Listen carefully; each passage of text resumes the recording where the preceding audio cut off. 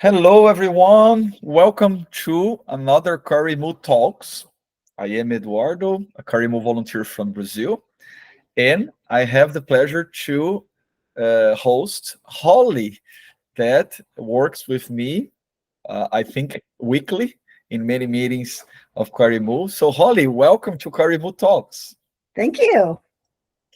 So tell us, where do you live, Holly? Where are you from? Where do you live? And tell us a little bit about you. What are you doing? Do you work beyond Karimu? Tell us a little bit about you. Well, I was born in Oklahoma. I'm a card carrying Choctaw Native American Indian. um, but most recently, I've been living in California for the past, oh gosh, let's see, 40 years, is it? Maybe not quite that long, but close to that. And I came to California working for IBM, actually, and worked for IBM full time for 33 years and then another 4 years part time in software development and product management, which is where I met Nelson, our chief operating officer.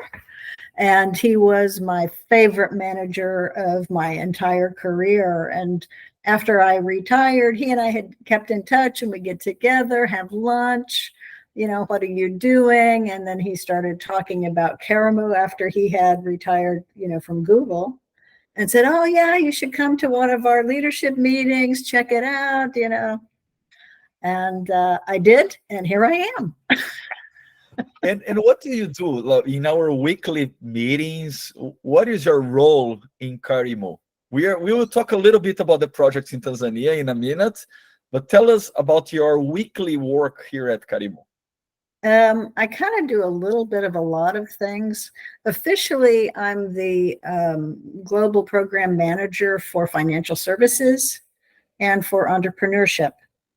But in addition to that, I work on our communications team, and I do a lot of work on our website. So I maintain the project pages, so updates that are going on for all of the construction, health, income, financial services, et cetera. Updates, I do that. I attend our weekly meetings where we have discussions about our priorities, how we're doing on fundraising. So I support some of the fundraising efforts. We've hired additional people in Tanzania. I'm on the sort of candidate interview team, if you will. So if we're looking to hire a new position in Tanzania, I help with all of the interviews. So I do kind of a little of a lot of things. I attend a lot of the meetings, though, because I'm updating the website regularly. I'm trying to keep up to date with, well, what project is finishing, or is there a significant milestone that we want to report on? So I'm weekly in the leadership meeting, the health meeting, the financial services meeting, the fundraising meeting, the entrepreneurship meeting, and sometimes the income meeting. That's fantastic. Like it's a workaholic for a charity and non-profit entity. So, Holly, I want to use this space to thank you very much for your generosity and your commitment. So, for the folks that are watching us, it's a blast for Karimu to have Holly in our team. She's extremely precise and dedicated in everything she does. So all the accounts and the expenses and the numbers that we collect from the operations, from the projects, Holly double check them all the time, and she does a terrific job in telling these stories in our website. So Holly, thank you very much in the name of the whole Karimu family. Thank you very much for everything you are doing in all these years. Well, it's a pleasure. Yeah, no, it's a blast to have you in the team. Holly, have you ever been to Tanzania or not? And how, if you did, how was this experience in your life? Yeah, I was there in 2019. Okay. And it was fabulous. I can't say that it's different from anything else that I've seen. I've done a fair amount of travel also in South America, so I have been in areas where people are really, living, just from what they're growing, So a lot of subsistence living I have seen in other places, but it was similar in Tanzania. I mean, people living in homes that they built from sticks and mud and grass, planting things in their small garden that they're eating, having a few animals, hopefully, that they're able to raise and use for their own, meat. People with chickens or with goats or with cows. Not a lot of people with cows. Some people, you're lucky if you have a cow, basically. And, people struggling really to be able to just kind of make ends meet, to be able to send, let's say, all of their children to school, because it does cost. You have to pay for the school uniforms and so forth. And so it's a challenge to be able to send your kids to school. And also, I mean, it's a challenge just to get work. So even once you're educated, if you have that fortune, then there's even a struggle to be able to find work, because particularly in the rural areas, there's not a lot of opportunity for work, frankly. Yeah. Yeah. So, of course, during your trip and everything you know about Karimu, you know that we have the 5 pillars, right? Mhm. So sanitation, where we're focusing on the water projects. We have the education, where we help on the schools and teachers. We have the health, right? So we rebuilt health facilities, dispensaries. We built a health center that supported more than 15,000 people last year, and we keep expanding. And we have 2 very important areas that I think you are very involved. We have the financial services area, and we have the income pillar, right? So tell us about these 2 pillars that you are heavily involved with. What is the reason that we have them in the 5 pillars? What are the importance on our holistic approach? Yeah. So the financial services pillar is really about making sure that people have the number one, that they have some kind of security net, when crisis happens, like if an emergency happens, if they have a death in the family, or they have an extended illness or something like that. It's about having some kind of security net. And then it's also about helping them to develop the discipline of savings and to be able to get small loans to help them with small businesses, for example. So in the financial services project, we have 3 major things that we're doing. We're teaching people how to run effective savings groups. And this is based on best services practices that we understand from many, many organizations that are deploying village savings and loans associations. So we base this on best practices. We worked actually initially with a very well-known expert in Tanzania, Stella Tungaraza, who worked for quite a while with Plan International doing this kind of thing. So we have a consultant who we've worked with to help us really understand how to do this properly. And we've trained our own people to actually do the training of the savings groups. There were savings groups in Ilagaya and Ari before we started. But after doing an assessment of them, we could tell that they were not very effective, very low engagement in terms of the participation of the group. So we've been retraining those groups who want it and forming new savings groups, and that allows them to save together. And then they lend their savings out to members of the group for, microloans, but nevertheless loans. And then they're able to save together. And then once a year, they share out all of the profit that they made from the interest that they charged for the loans that they make. And our groups, what is the average saving? The average savings, let's say, of a savings group member in RE was $212 for a year. So that gives And you an idea. for the reality of these people, this is a lot of money, right? For Yeah. them, it's really changed their lives. If they have the discipline to have this 200 in the year, this is a big deal, right? Yeah. And this has gone up from, let me see here, what did we have back in? I think it's gone up from, I think it was $170 a year that we started.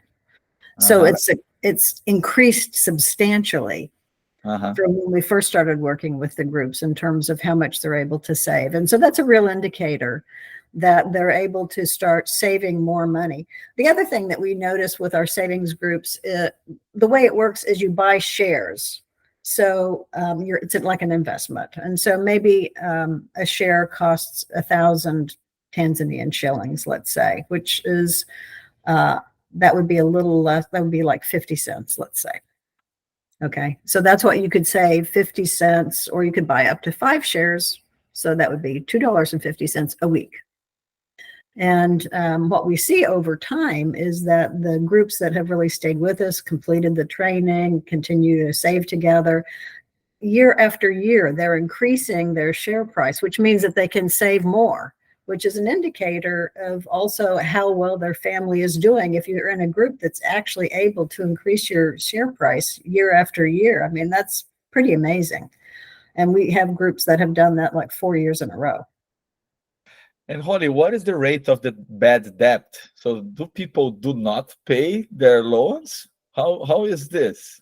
It can happen. I don't have that particular number right at my fingers. It can happen that somebody doesn't pay their debt.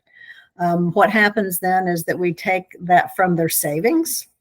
As a matter of fact, we had a situation just recently where somebody hadn't paid their debt at the end of their cycle. So they defund everything at the end of the annual cycle. Somebody hadn't paid their debt. So they first take whatever shares they had bought. So they take their savings.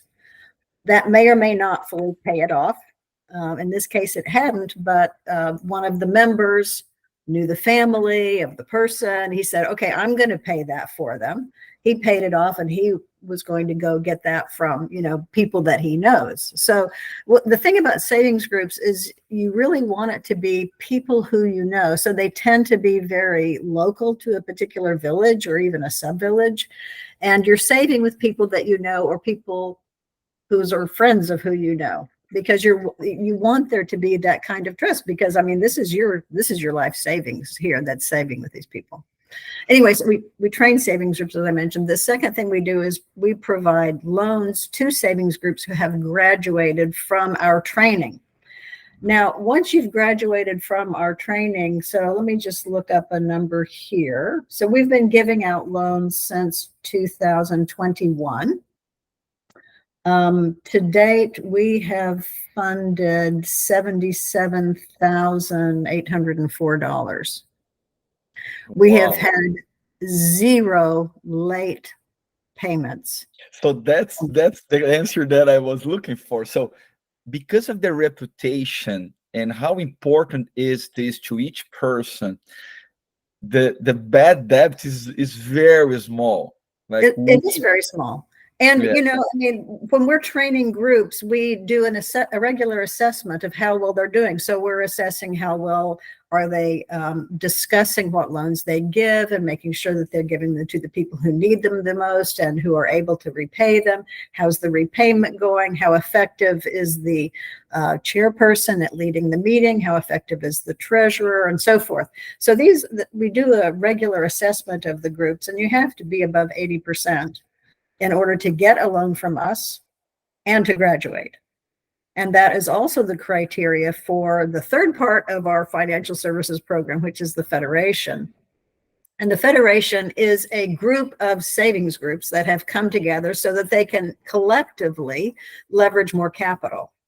And our intention is that we want this to be a self-sustaining project so that once Karimu leaves the area, they still have the ability of providing the hub for loans for their own savings groups. So, I mean, you have to understand, you can get loans from banks, but you have to have collateral, which most everybody doesn't there. There are occasionally loans that can be obtained through the government, but those are limited and they're only provided to either women's only groups or disabled groups. So there's a limit as to who even could qualify for those. So this way, we're putting the power into the hands of the Federation to be able to provide loans to the community. And as we transition everybody to focusing on the Federation as the source of their loans, then we will recede from having to have that mission. At the same time, we're currently in the process of training community-based trainers who would take over training of new savings groups, actually an Iowa Guy Award. So Iowa Guy Award, we're getting very close to sort of being at the end. I'm imagining that maybe by the end of 2025, we'll actually have fully completed the financial services project there. And we're kind of in the middle in Ari. Fantastic. So again, another Karimu principle, right? So everything we do, we want the community to be independent from us. We want them to be self-sustainable, and we just give a little push to help them to start, and then they go by themselves. So Holly explained very well how this happened in the financial services pillar. And about the income, Holly, what is Karimu doing in the income? That is the fifth pillar that I mentioned. Yes. So a couple of things are happening in the income pillar. One is that we're trying to support people to go from a subsistence kind of production to a commercial kind of production. So these would be things that they are hopefully already familiar with. So growing green beans, raising chickens, things like this, which today they may do, but just for subsistence purposes. We're now working with them to be able to do that on a commercial basis. So we're working with organization in Tanzania who would buy the green beans for export actually into Europe. And so there are certain guidelines that have to be followed in terms of fertilizers, pesticides, when you plant, when you harvest. The quality of the bean has to be a certain thing in order to work, right? So so we have that going. We have a similar kind of production going for vanilla. Vanilla is a much longer cycle. Green beans, it takes 2 or 3 months or something like that for a full harvest cycle. So you can have multiple cycles per year.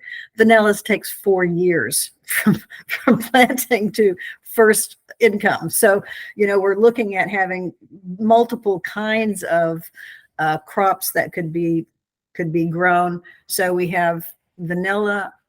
Chickens, we're just getting ready to kick off a chicken project where you'd be able to raise chickens for commercial purposes, both for eggs and for meat.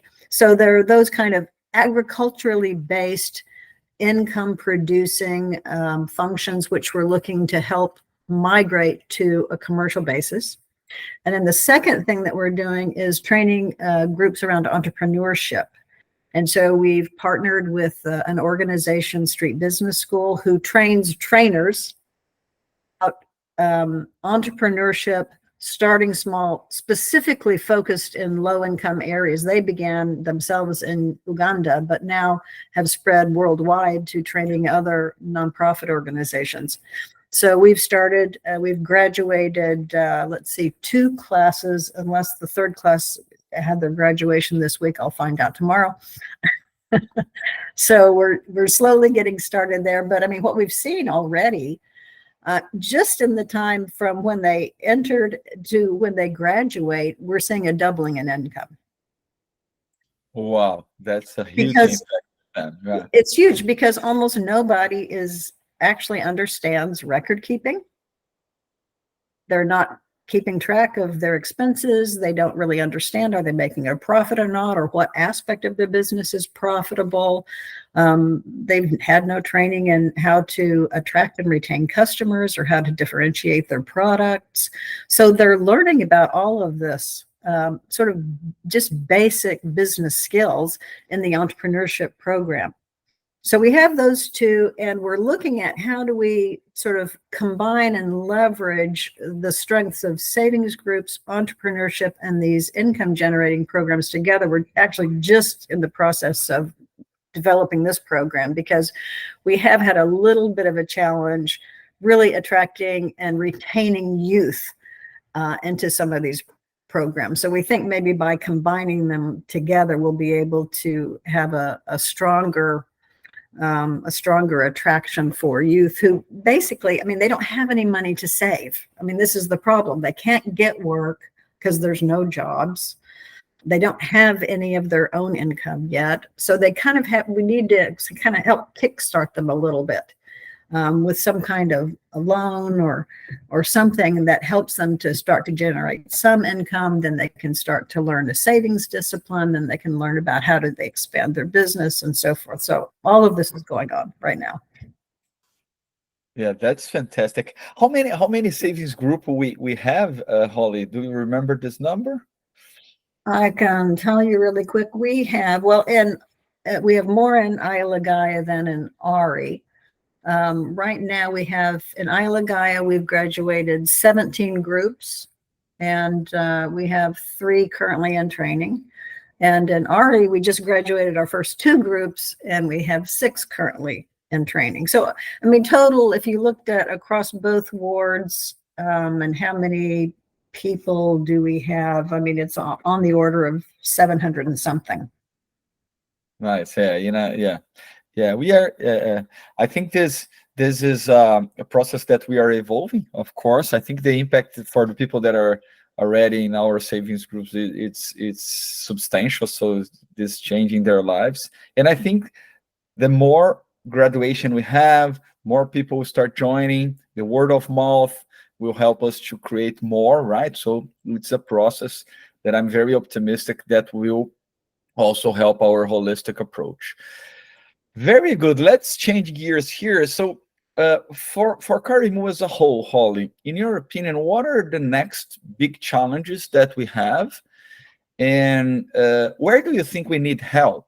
And how people that are listening us, could they help us? Well, I mean, number one, donations, obviously. I mean, we are a nonprofit, and that's our first and primary mission. For those of us who are not on the ground running the projects, our job is how do we attract more investment so that we can continue to expand the work that we're doing.